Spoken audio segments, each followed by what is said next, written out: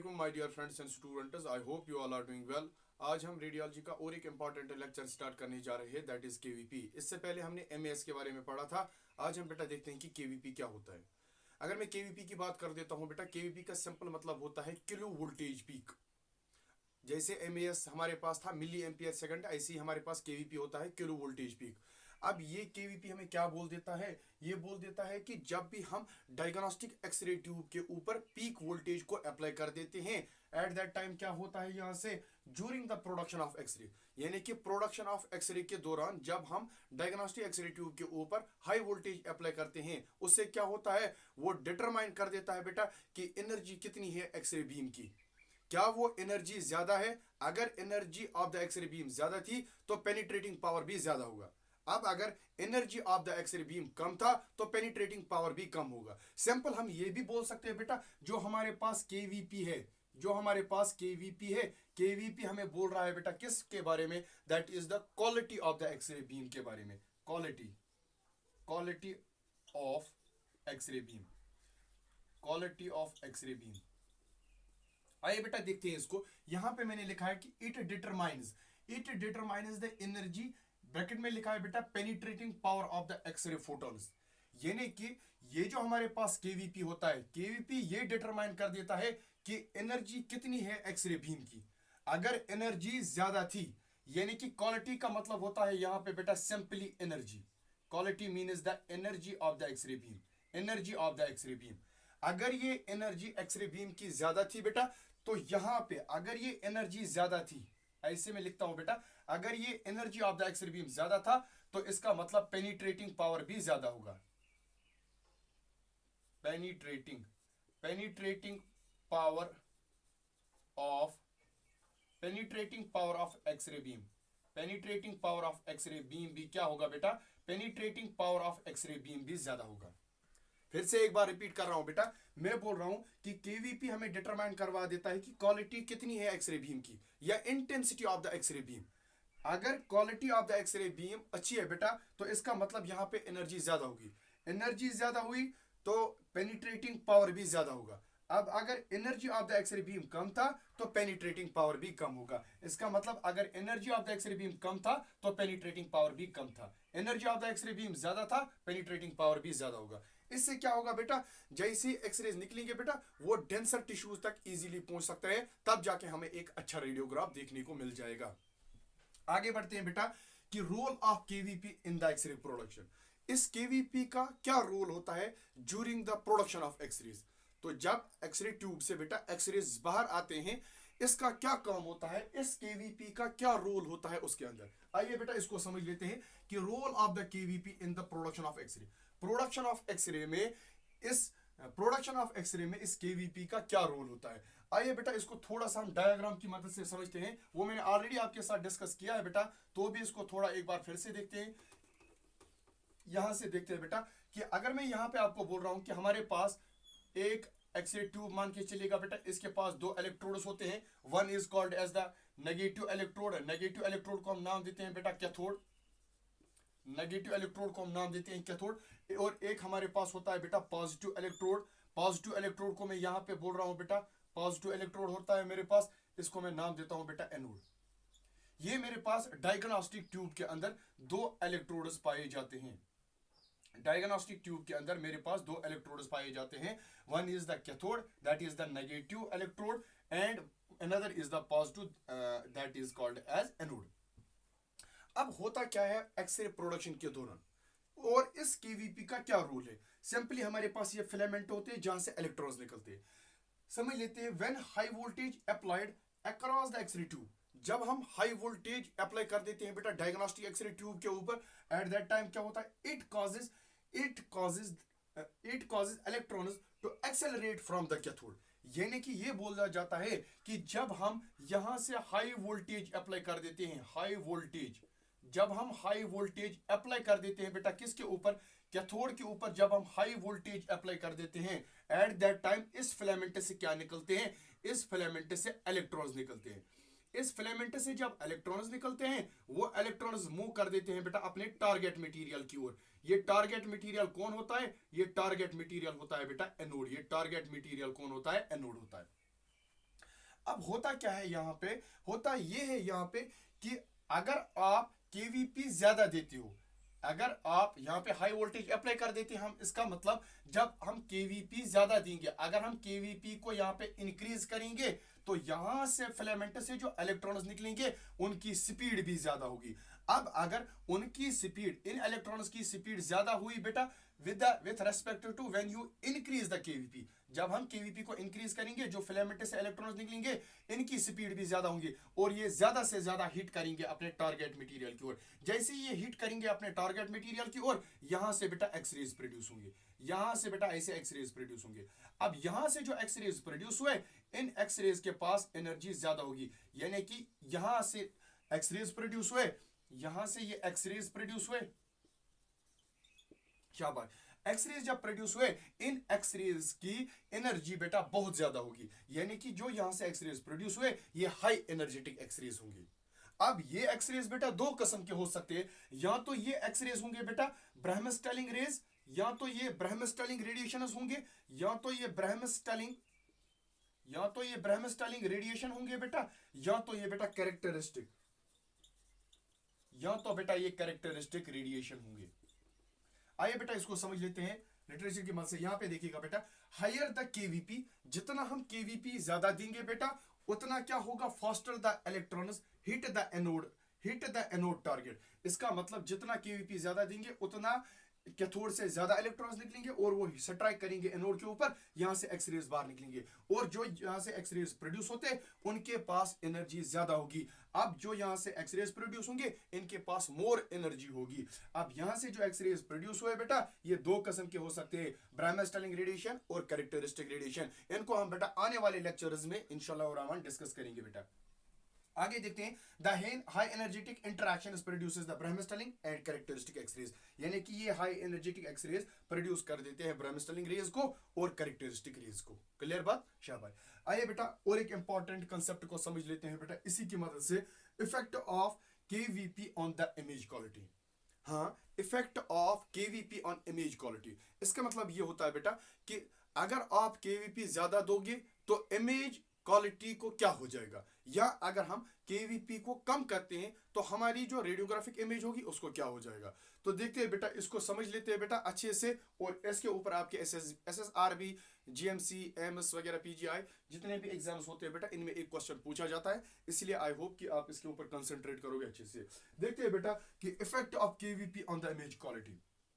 पहला इफेक्ट ये है, अगर मैं यहां पे आपको बोलूं बेटा कि पहला इफेक्ट ऐसा है, से फॉर, देखते हैं यहां पे पहला इफेक्ट हमारे पास है बेटा कंट्रास्ट, पहला इफेक्ट हमारे पास है कंट्रास्ट, पहला इफेक्ट हमारे पास है कंट्रास्ट।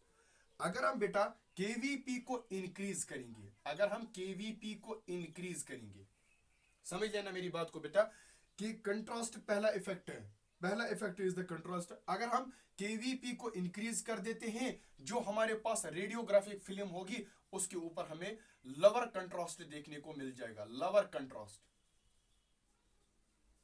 लोअर कंट्रास्ट देखने को मिल जाएगा। तो इसका मतलब केवीपी इंक्रीज करने पे, अगर आप केवीपी ज्यादा देते हो तो जो हमारे पास रेडियोग्राफिक इमेज होगी उसके ऊपर हमें लोअर कंट्रास्ट देखने को मिल जाएगा। तो जितना हम केवीपी बढ़ाते हैं उतना जो हमारे पास रेडियोग्राफिक इमेज आएंगे बेटा उनकी क्वालिटी जो होगी, उनकी क्वालिटी यानी कि जो हमारे पास, मान के चलेगा बेटा कि केवीपी ज्यादा होने पे जो हमारे पास रेडियोग्राफिक इमेज आएगी उसके ऊपर हमें लोअर कंट्रास्ट देखने को मिल जाएगा। इससे क्या होता है बेटा कि इससे हमें यह होगा कि जो हमारी इमेज होगी, जो हमारी रेडियोग्राफिक फिल्म होगी उसके ऊपर हमें ग्रे शेड्स देखने को मिल जाएंगे। तो image has many shades of grey. उसके बाद हाँ, higher KVP at that time हम इस्तेमाल में लाते हैं, इस हायर केवीपी को हम एट दैट टाइम इस्तेमाल में लाते हैं जब हमें बेटा इमेजिनिंग करनी होगी, जब हमें बॉडी की इमेजिनिंग करनी होगी, सॉफ्ट टिश्यू इमेजिनिंग। तो हायर केवीपी हम एट दैट टाइम इस्तेमाल में लाते हैं जब हम बेटा सॉफ्ट टिश्यू इमेजिनिंग करते हैं, soft tissue imagining. Higher KVP का इस्तेमाल हम एट दैट टाइम करते हैं जब हमें सॉफ्ट टिश्यू की इमेजिनिंग करनी होगी। अब सॉफ्ट टिश्यू में हमारे पास आता है बेटा ब्रेन। अगर हमें ब्रेन की इमेजिनिंग करनी होगी यानी कि ब्रेन का रेडियोग्राफ लेना होगा, एट दैट टाइम हम हायर केवीपी का इस्तेमाल कर देते हैं।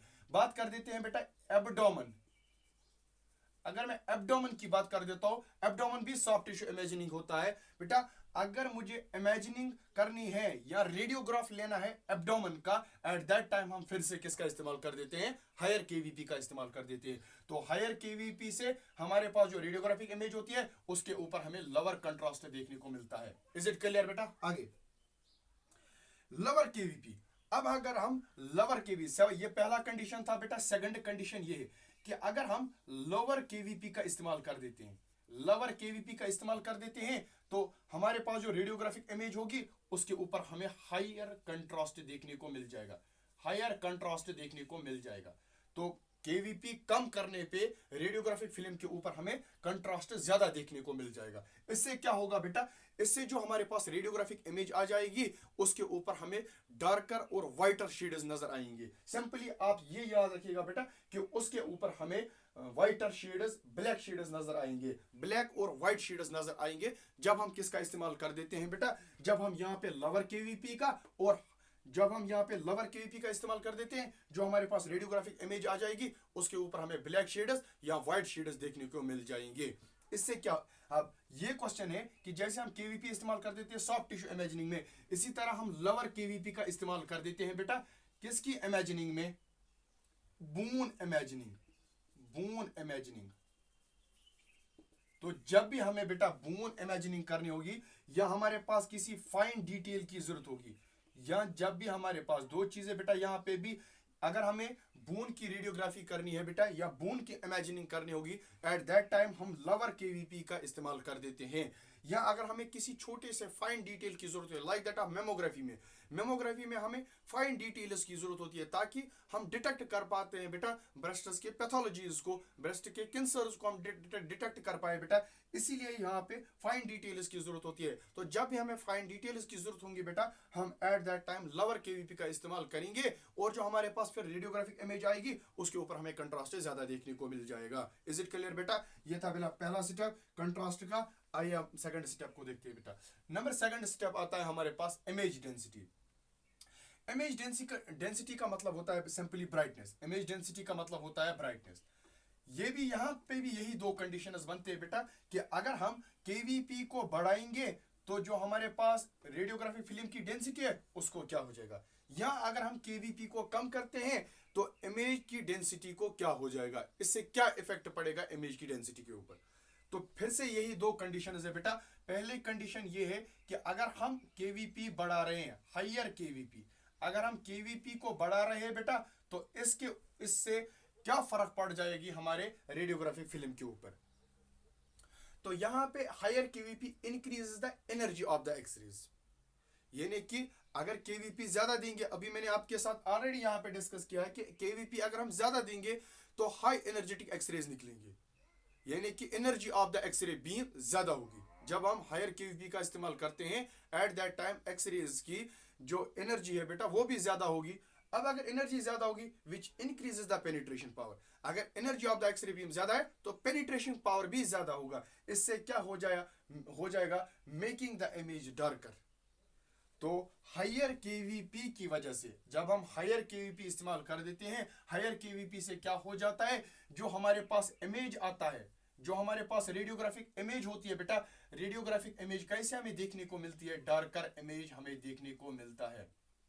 तो केवीपी बढ़ाने पे, हायर केवीपी का इस्तेमाल करने पे बेटा जो हमारे पास इमेज आती है ये कैसे दिखती है हमें बेटा, रेडियोग्राफिक फिल्म हमें बेटा डार्क दिखती है। नंबर सेकंड पॉइंट, यानी इससे हमें ये पता चलता है कि जो इमेज डार्क थी बेटा, जो इमेज हमें रेडियोग्राफिक फिल्म के ऊपर डार्क दिखी, तो इसका मतलब यहाँ पे इसका डेंसिटी कैसा है बेटा, यहाँ पे इसकी डेंसिटी है higher density, higher density.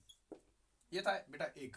Number second, यहाँ पे अगर हम लोअर केवीपी का इस्तेमाल करेंगे, लोअर केवीपी होगा तो बेटा पेनिट्रेशन पावर कम होगा, पेनिट्रेशन पावर कम होगा, energy of the x ray beam कम होगा। क्लियर बात? तो अगर हम केवीपी, लोअर केवीपी का इस्तेमाल करेंगे बेटा, तो इसका मतलब यहाँ पे बेटा हमारे पास इमेज डार्कर था, यहाँ पे हमारे पास इमेज होगा लाइटर इमेजेस, लाइटर इमेजेस हमें देखने को मिल जाएंगे रेडियोग्राफिक फिल्म के ऊपर। तो लाइटर इमेजेस से हमें ये पता चलता है यहाँ पे डेंसिटी ज्यादा थी।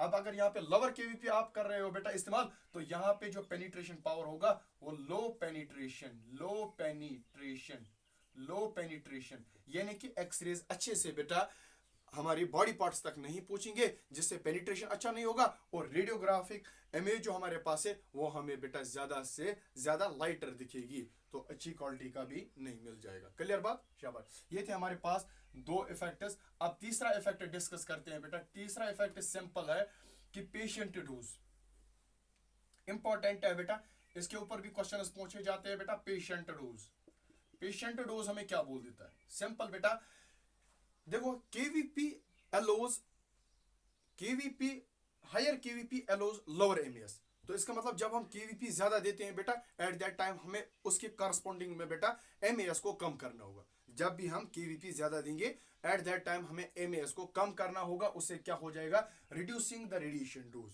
पेशेंट को कम रेडिएशन डोज लग जाएगा, और उससे उसके साथ साथ due to less exposure time. तो अगर आप केवीपी बढ़ा रहे हो बेटा, एमएस कम कर रहे हो, एक्सपोजर टाइम कम होगा, यानी कि जो आपका एक्सपोजर फैक्टर होगा वो परफेक्ट सेट होगा। इज इट क्लियर बेटा? आगे बढ़ते हैं बेटा। शार्पनेस, शार्पनेस का मतलब होता है बेटा डिटेल, तो इसका मतलब lower KVP patient dose, lower KVP allows lower MS, reducing the patient dose to the patient due to the less exposure time. बात कर देते हैं बेटा शार्पनेस की। शार्पनेस का मतलब होता है डिटेल, कैसी डिटेल हमें रेडियोग्राफिक फिल्म के ऊपर देखने को मिली।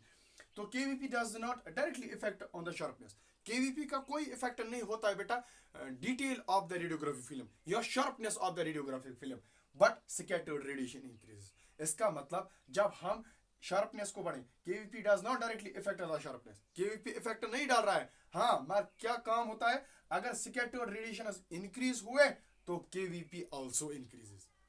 केवीपी इंक्रीज करने पे स्कैटर्ड रेडिएशन भी इंक्रीज हो जाएंगे, जिससे क्या हो जाएगा बेटा? इमेज की क्लियरिटी जो है, क्लियरिटी ऑफ द इमेज जो है वो कम हो जाएगी, यानी कि reduce the image clarity. Is it clear बेटा? आई होप कि आपको केवीपी समझ आया होगा बेटा। आने वाले लेक्चर्स में हम पढ़ेंगे बेटा 15% रूल ऑफ केवीपी, और सेकंड हम पढ़ेंगे बेटा factors affecting on MS and KVP. I hope कि आपको समझ आया होगा बेटा। अगर किसी जगह भी कोई कमेंट था, अगर किसी जगह भी कोई भी कंफ्यूजन था बेटा, आप मुझे कमेंट बॉक्स में पूछ सकते हो। थैंक्स।